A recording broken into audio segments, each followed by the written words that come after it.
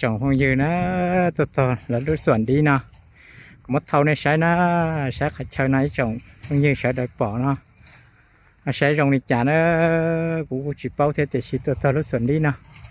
กูมดเท่าในใช้หนึ่งกงรงเก้าเกินก็กูจะมึงตัวเปียกเขาเนาะจะกูมดเท่าในใช้น่ะมันมดจอดตะก้าเปียน้อยแล้วต้องตอกก้าน่ะชักเก่าเต้น่ะเจ้าเก่าเต้ฉันนักชักก้าเต้น่ะฉันน่ะอย่าชักก้าเต้lại tệ đi trong bầu nó lại chỉ tông thì kẹp đi sườn bầu đi nào nó có một số khách chơi nó có một thau này sai nè còn một tu sử dụng có mặt thau này sai khách chơi nó trong này chả nó chọn phong dư phải sao đây chọn mù nó chọn mù giống một thau đồ sao đây sai dễ cho họ nó giờ nó nhổm bỏ trong họ nó chỉ giờ người ta là rau kia bị nó nè, cho nên sợ kia bị là uổng khó chơi nó nhiều bớt trống nó, thì mà nó tốt cho nó lại giống mỗi dân sợ đời sai nó, tụi đây lọ bị nó lọ nè, cho nó cho trống bị cá nó nửa lọ uổng kia lúc rừng tiền nó,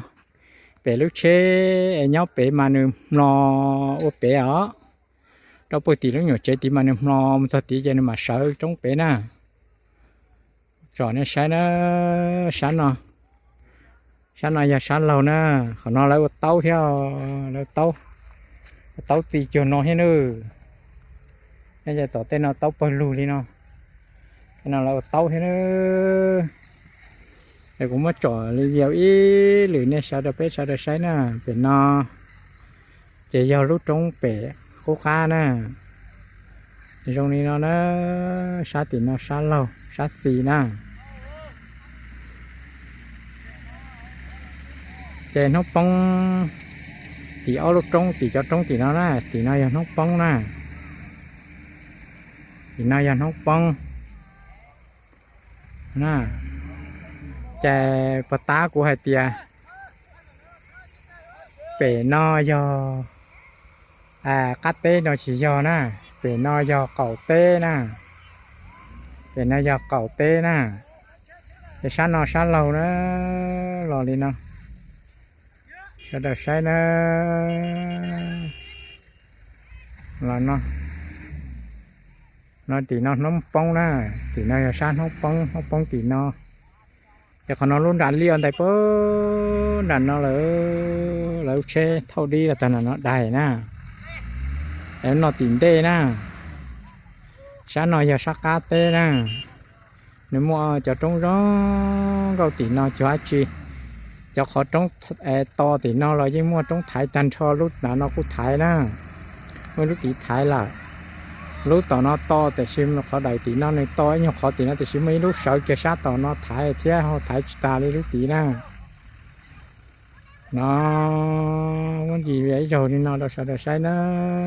luôn đặt tiền nào chúng có cỡ phải cho nó thay đòn đi lúc còn trong thiệt tia đi là nó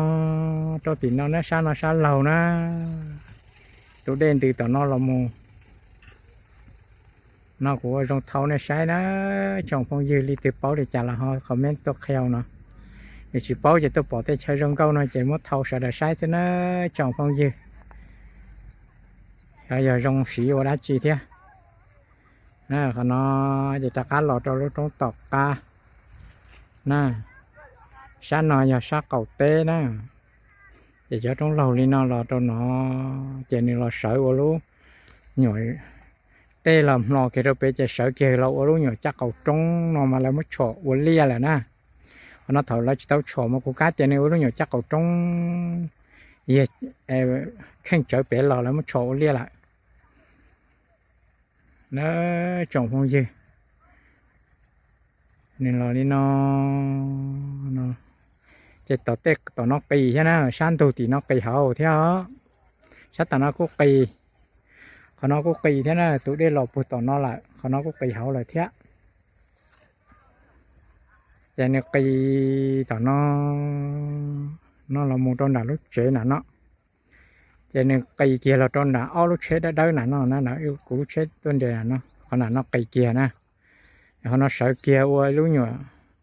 trong thuở chợ thì nó thì cá nó tỉnh tê nó cái chồng bao nhiêu sai lấy từ họ sai bỏ lấy trả là họ comment tôi họ nói nó muốn cho ra sau YouTube nó sẽ được sai nè